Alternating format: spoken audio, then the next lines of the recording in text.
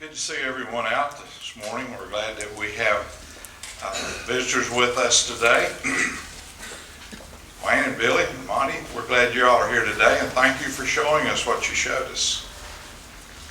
I thought in George's story he was getting ready to say that Jenny took him to Atlanta to meet the family, and if the dog licked George, there might be some decisions made on the basis of that. So we appreciate you all being here today. Scrappy Moore, we're glad you're back with us today. Hope you all know Scrappy. If you all don't know Scrappy, you need to get to know Scrappy. Would it be possible to call you younger Scrappy Moore anymore than Scrappy?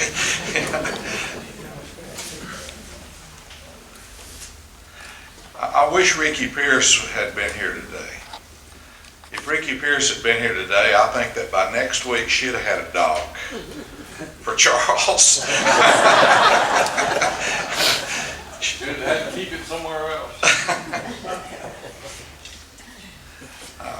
This is the third of three lessons that kind of were inspired by members of the class based on just kind of what they thought, I bet, were passing conversations that became much more than that for me.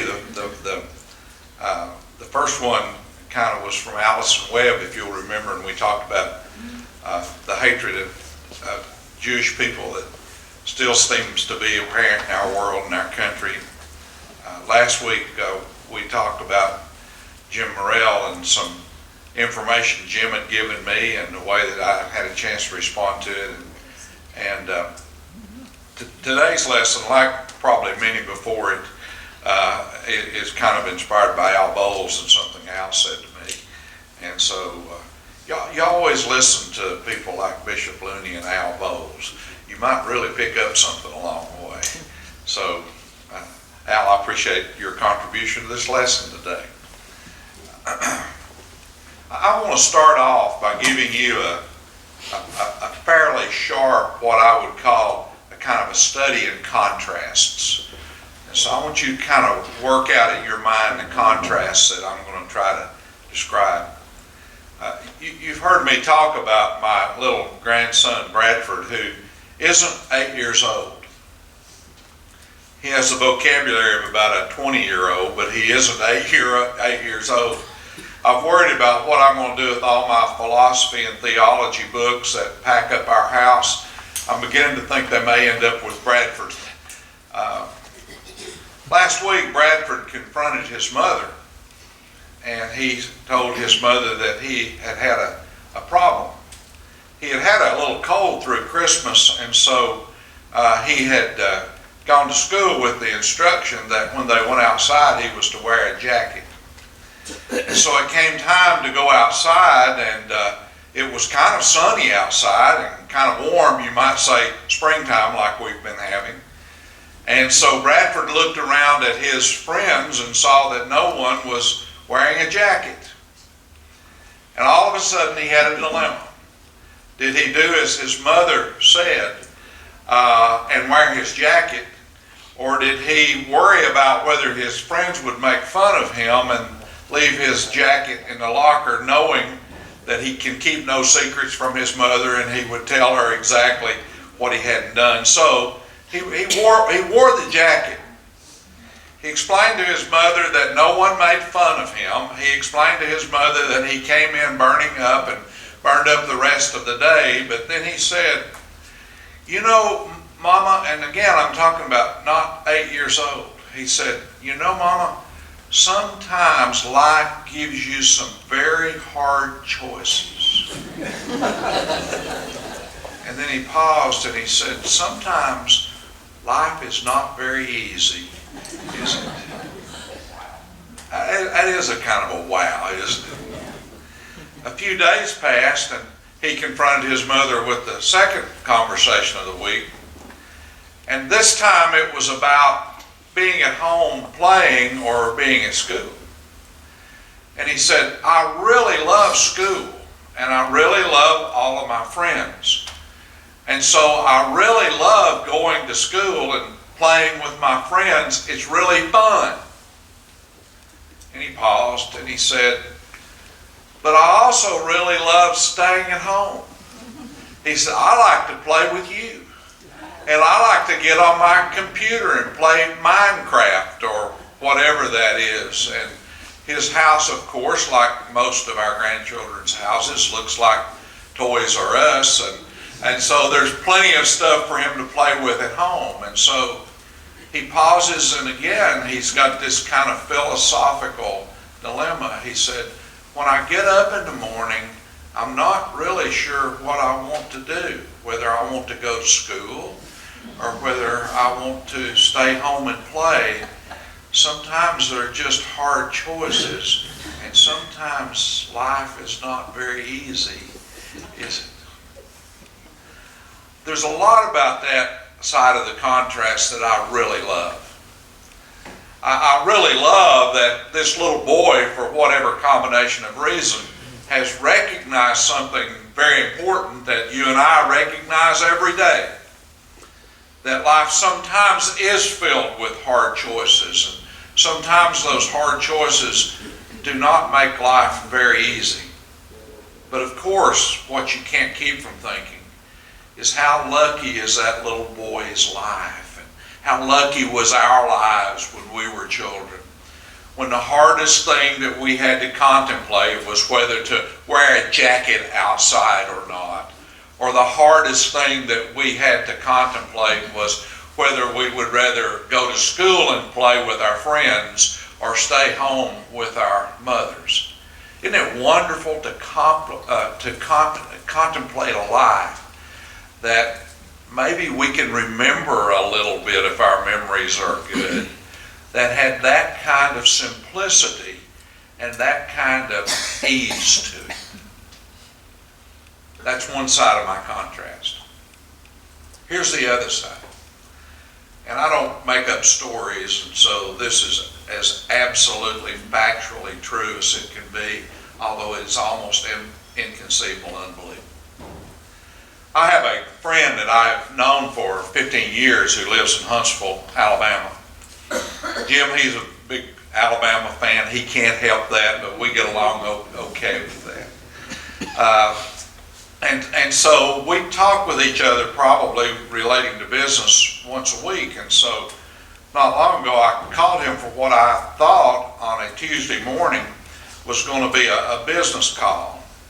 And you could tell from the tenor in his voice that there was something going on that he was upset about.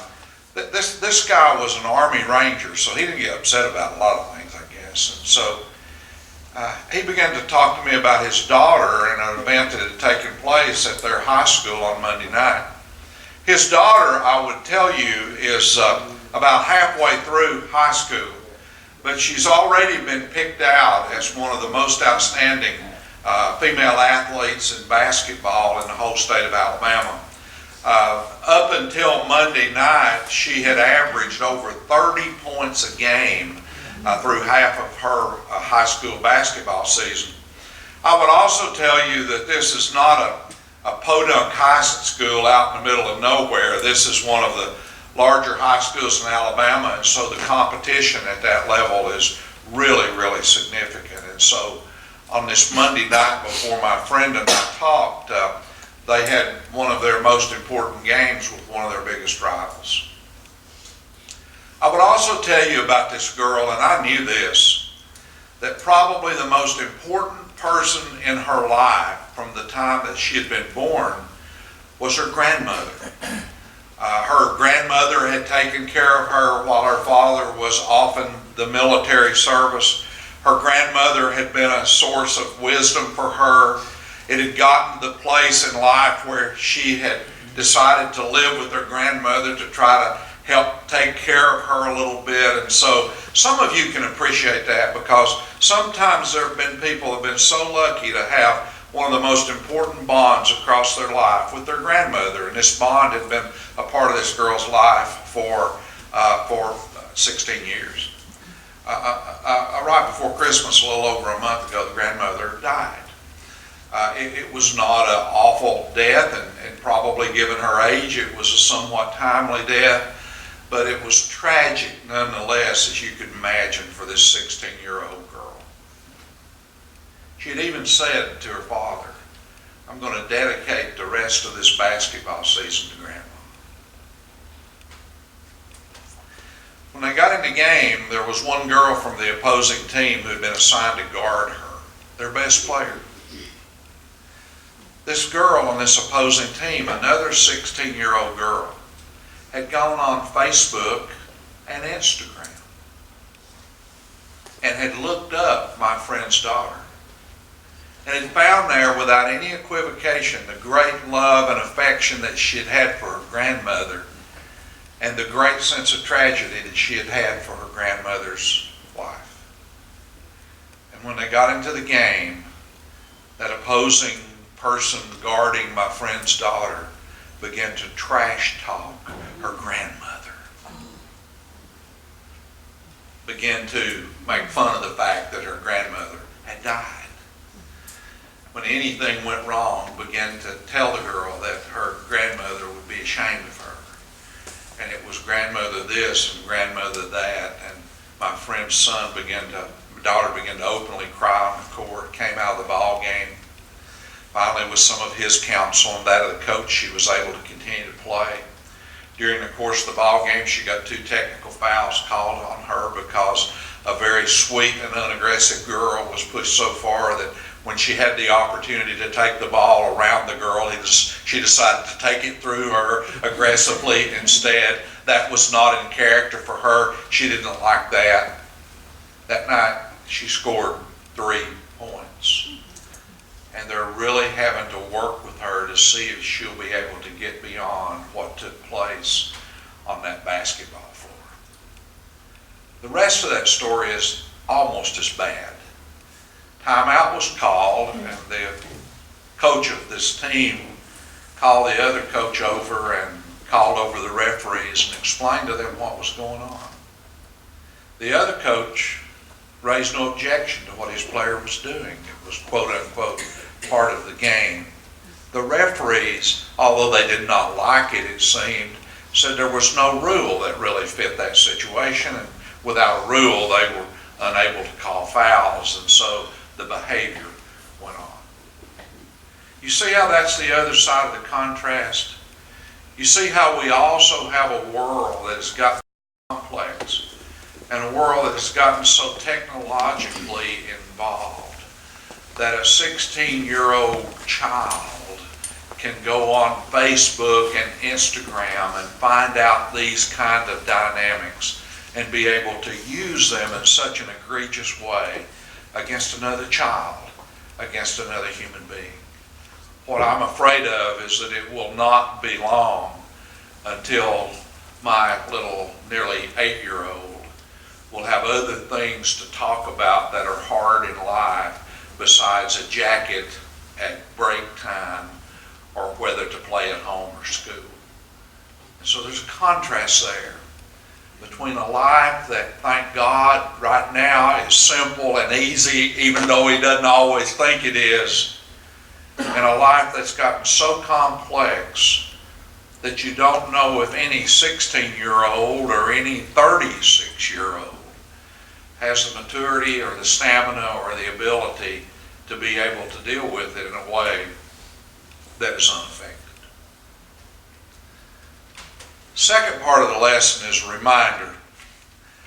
We talked at Advent about the different people that show up in the creche scene. And we talked about shepherds. And I'm sure you'll remember this and could stand a test on it right now, but we said 4 things about those shepherds in that Sunday school lesson during Advent. We said that in order to experience the Christ event, first of all, they had to get out of their safety zone, their comfort zone. They had to go to town. They were country shepherds. We said they had to be able to tolerate and deal with slow and steady, because that was not an easy trip for them to make, and it probably took some time and some deliberation. We said, number 3, that they had to have some capacity to respond to good news, and that, I hope, became an important point for us, because those shepherds went looking for good news and responding to good news, and that's important for us in a world that's filled with so much that's bad. And then we talked about, number 4, the value of being there, and how there would really have been no substitute for those shepherds that were there as compared to the people that they had to go back and talk to about what had happened. And so I thought, that wasn't just 3 points in the story, that was 4 points in the story, so that constitutes a pretty good sermon or a pretty good lesson, I thought. And so then I come down off this podium and I walk over there and Al greets me, and Al's always very complimentary and kind. Isn't that true, Chris? Al's always very complimentary and kind. And Al said, I would have added one more point. Now I've got my ear really attuned. And Al said, one of the most common things in the world has got to be the birth of a child. And yet those shepherds had the capacity in that which was most common to find something that was most glorious. And boy, Al, I have thought about that and thought about that and thought about that, and how right you absolutely are, especially in our world today. Think about how many births those shepherds had probably seen. Clearly, sheep all the time, and the other animals that populated their lives. But think about how in their world there was not this kind of isolation of hospitals where people can go have babies in private. People would have been having babies right in the middle of the encampment, and everyone would have been aware of that. There were probably some of those shepherds that were there that had helped handle not just the birth of sheep and other animals, but had probably helped handle maybe dozens and dozens of births of children along the way. They would have been almost masters at helping animals and maybe people giving birth. And so what could have been a more common part of their lives than a child being born?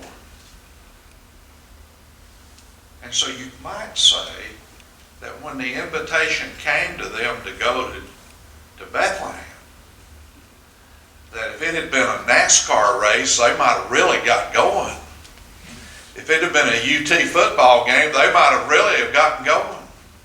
If it had been a new restaurant opening up, they might have really gotten going, but it wasn't any of that. It was the birth of a child.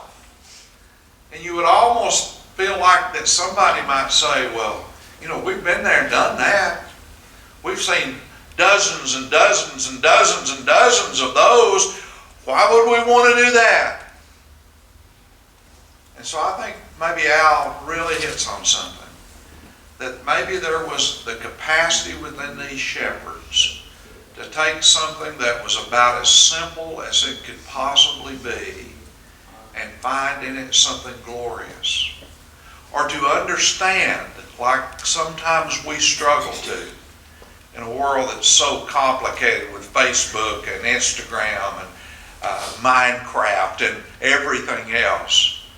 Maybe these shepherds had a kind of capacity to understand that in that which is most common and in that which is most simple, that there can be something glorious that happens. And I think, Al, that's a very, very important lesson for us for this new world that's ahead of us, and the kind of world that's ahead of us.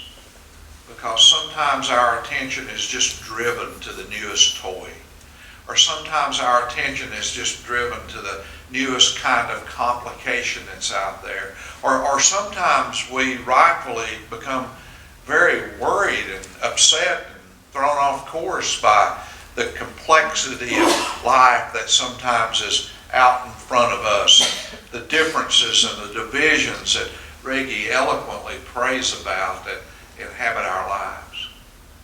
And so maybe sometimes what we need is exactly what Al was talking about. Maybe sometimes we need to help ourselves become distracted and removed from all the complexity, and let our attention go toward that which is most ordinary, which is most simple, which is most everyday, and understand that that can show us glory and beauty and can move our lives in ways that our lives need to be moved.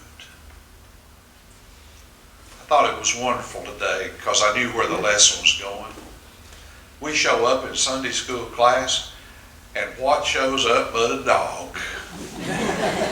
And somebody might have thought, well, what in the world is a dog doing at Sunday school this morning? And then we had the opportunity right there to see something rather glorious, if you think about it. Something that a dog can do that can help life. You may forget this lesson. You won't forget the dog. Let me conclude with these three illustrations. Colin O'Grady, you can look him up on the internet, is from Minnesota. He's a young man. He's an adventurer. He's one of those kind of daring young guys that want to try something that no one has ever done before. That's hard to do anymore, to find something no one has ever done before. And so, on the 12th of December of this last year, Colin and 5 of his buddies set out in a rowboat. Now, I will tell you that it was not any ordinary rowboat in terms of the technology that it was built with and the way that it was able to withstand all kinds of terrible pressures that could be put up on it. They set out from Chile. And out before them was 200 miles of what's called the Drake Passage, the area of the ocean between South America and Antarctica. It is looked upon as one of the roughest, most terrible, most threatening areas of ocean on this whole planet. And these 6 men set out on a rowboat to row 200 miles to Antarctica. Part of their story was the terror of that event and the way they were thrown about by 20 and 30-foot high waves. Part of that story is the exhaustion that they had as 3 of them would row for 90 minutes and 3 of them would sleep. Part of their story was how although they had prepared in every way that they knew how, there was no way to adequately prepare for that. But when you hear the part of the story that becomes most striking, it's not the terror that they felt, and the challenge that they felt, and the hardness of their journey. Colin O'Grady said, I went to Antarctica many times. Every time I went there, I went on an airplane. And he said, suddenly on Christmas morning, as the sun began to rise, we could begin to see Antarctica rise above the horizon. And we began to close in on landfall. And we began to get to a place where the water was smooth and crystal clear. And the penguins came out to meet us. And there were whales that were fascinated for us. And Colin O'Grady said, I felt an experience of serenity and closeness to God that I had never experienced in all of my life. He rode through tumultuous waters. He had faced great challenge, but then he was encompassed about by the glory of simplicity and the experience of serene men out on a rowboat coming to land. I learned not long ago about a young man named Marcus King. You'll hear about Marcus King. Marcus King is one of the most quickly emerging and being noticed young musicians that's out there. He's from Greenville, South Carolina. You'll hear about Marcus King. Marcus King's life has been terribly hard. He has had every kind of negative experience of family and life that you could almost imagine. And how he didn't go off track is amazing to think about. And And I heard Marcus King say not long ago in an interview, I want to thank my therapist for helping me get it through. And I thought he was talking about a counselor or a psychologist, or one he had found in a rehab center, or whatever the case may be. And then he said, and let me tell you about my therapist. My therapist is my guitar.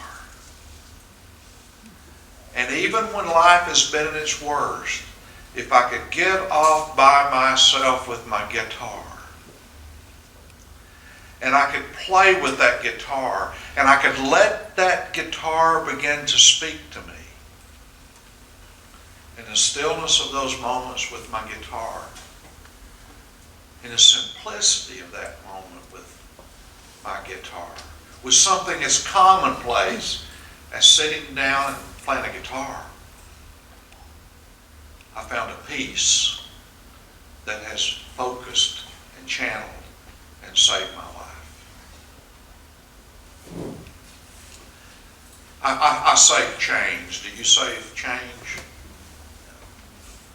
And anytime I find something that's brand new and real shiny, I save it for my grandkids. And so not long ago, I'd gone to see Bradford play basketball, and after it was over, I said, come to the car with me, Bradford, and he did. And I had a prescription bottle there I was getting refilled, and so I took the label off of it. Then I dug into my change where I kept the real shiny ones, and I had 3 or 4 really shiny quarters and pennies and dimes. We put them in the prescription bottle. And Bradford looked at those like they were solid gold ingots. And he'd take them out and let them reflect in the sun. And he'd put them in a little bottle and shake it. And he said, I've got some shiny money, but I've also got a new piggy bank. I thought, what could be more common than a bunch of change laying there in what used to be the cigarette ash holder of the car? But what could be more glorious than a little boy taking the coins and letting them reflect sunlight and it becoming a glorious moment for him? Al Bowles is right. His point's better than any of my 4. These shepherds had the capacity to take something that was totally commonplace and see in it something that was glorious. We live in a crazy world. 2020 promises to be just as crazy as any we've seen, right? And sometimes maybe it can not be easy. But if we can find commonplace realities of our day-to-day existence, shining coins reflecting in the sunlight, guitars that talk to us, I doubt that we'll row to Antarctica, but maybe there's some place that we can find serenity too. Finding that which is glorious in that which is most ordinary. Thank you, Al. Let us pray. Grant us, our Father, to have the strength to be able to live in the world that we live and then live in the midst of the challenges that we face. Help us, O God, that we will clearly understand that we have choices to make, and sometimes none of them are very easy. So help us to know that our lives can be enriched and made more hopeful and can be lived on maybe even higher levels if we can look to the commonplace and find the glorious that is tucked in there. Help us, our Father, to find strength from the presence also of your glorious Spirit that we believe is tucked into the world and to the lives of people if we would only look closely enough. For we pray in Jesus' name.